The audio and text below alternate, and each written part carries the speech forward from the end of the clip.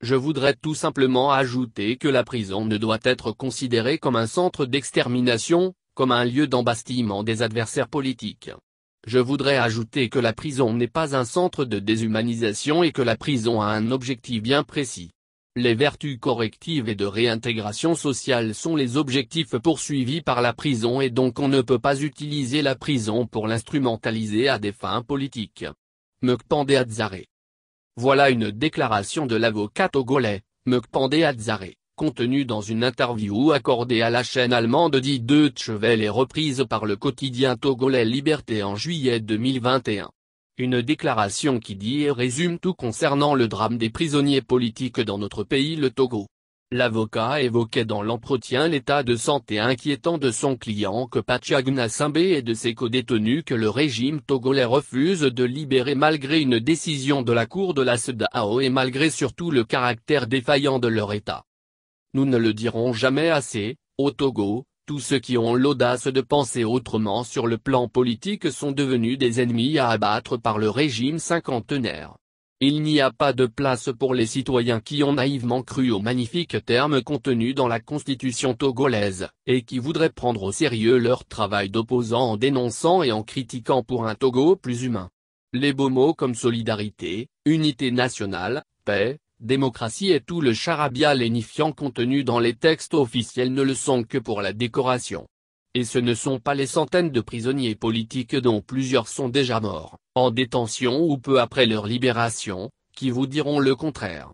Oui, des prisonniers politiques, il y en a au Togo, et en grand nombre, et au lieu de les libérer, de nouveaux malchanceux, la plupart, pour avoir été au mauvais endroit au mauvais moment, viennent régulièrement grossir les chiffres au sein des goulags togolais.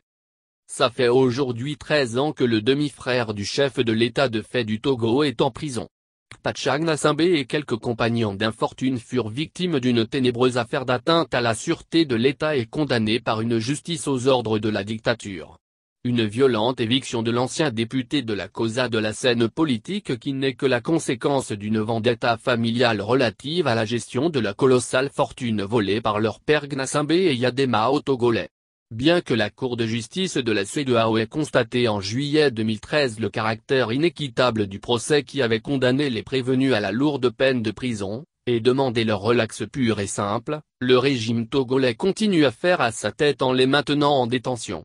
L'état de santé inquiétant de Kpatshagna Simbé surtout, abondamment et régulièrement médiatisé, n'a pas jusqu'à présent réussi à émouvoir fort Gnassingbé qui semble décidément être le seul maître à bord.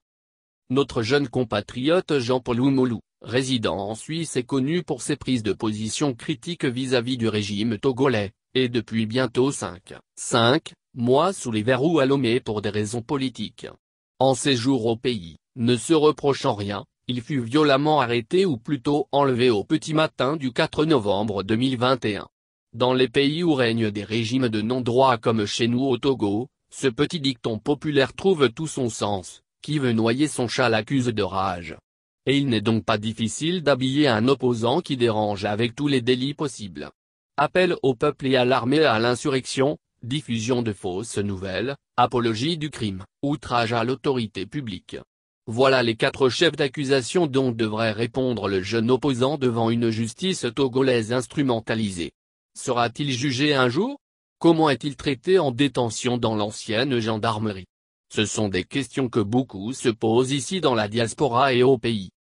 Alors qu'ils avaient l'habitude de se retrouver chaque soir entre amis à leur lieu habituel pour causer et prendre du thé comme cela se passe partout dans le monde civilisé, Sebabege Fetchasanti Nouroudine, trésorier adjoint du PNP, Parti national panafricain, Alpha Ibrahim, un Togolais de la diaspora allemande, Boukari Abdul Razak, Amadou Abdul Raïd et Banka Ali Djenou ne comprennent toujours pas pourquoi ils furent kidnappés cette soirée du 27 janvier 2022 et jetés en prison. Apologie du crime et association de malfaiteurs, des chefs d'accusation qui reviennent comme un refrain chez presque tous les opposants togolais à la dictature embastillée, sont collés à Sebabege et à ses amis. Conduit tout d'abord au tristement célèbre SCRIC, Service central de recherche et d'investigation criminelle, ils seront transférés une semaine après à la prison civile de Lomé où ils végètent, comme plusieurs dizaines d'autres citoyens, dans des conditions déplorables. Et tout ça pour n'avoir commis aucun délit. En dehors des prisonniers politiques dont nous venons d'évoquer le drame, il y a surtout cet Irlando-Togolais répondant au nom de Aziz Goma dont le précaire état de santé fait régulièrement la une des médias nationaux comme internationaux.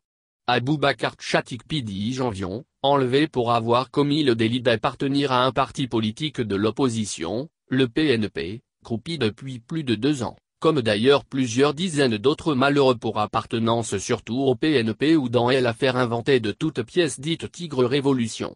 Djimon Oré, chef de parti politique, pour avoir critiqué le régime de Faure Gnassingbé, est en train lui aussi de goûter aux affres de la détention politique. Confronté à un tel sombre tableau qui reflète la manifestation du non-droit et de la négation de la dignité et de la vie humaine au Togo, tout observateur neutre s'attendrait à trouver en face une opposition soudée luttant pour la fin de l'état de terreur. Mais que nenni.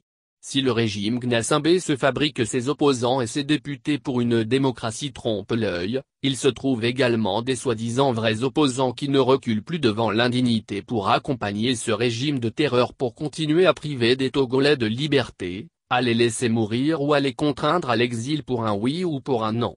Après des rounds de comédie comme la CNAP, Concertation nationale des acteurs politiques, et le CPC, cadre permanent de concertation, avec des soi-disant partis politiques qui n'ont que leur sigle à faire valoir, l'AN, Alliance nationale pour le changement, figure en bonne place dans une Sony truffée à 99,99% de coquilles vides comme formation politique.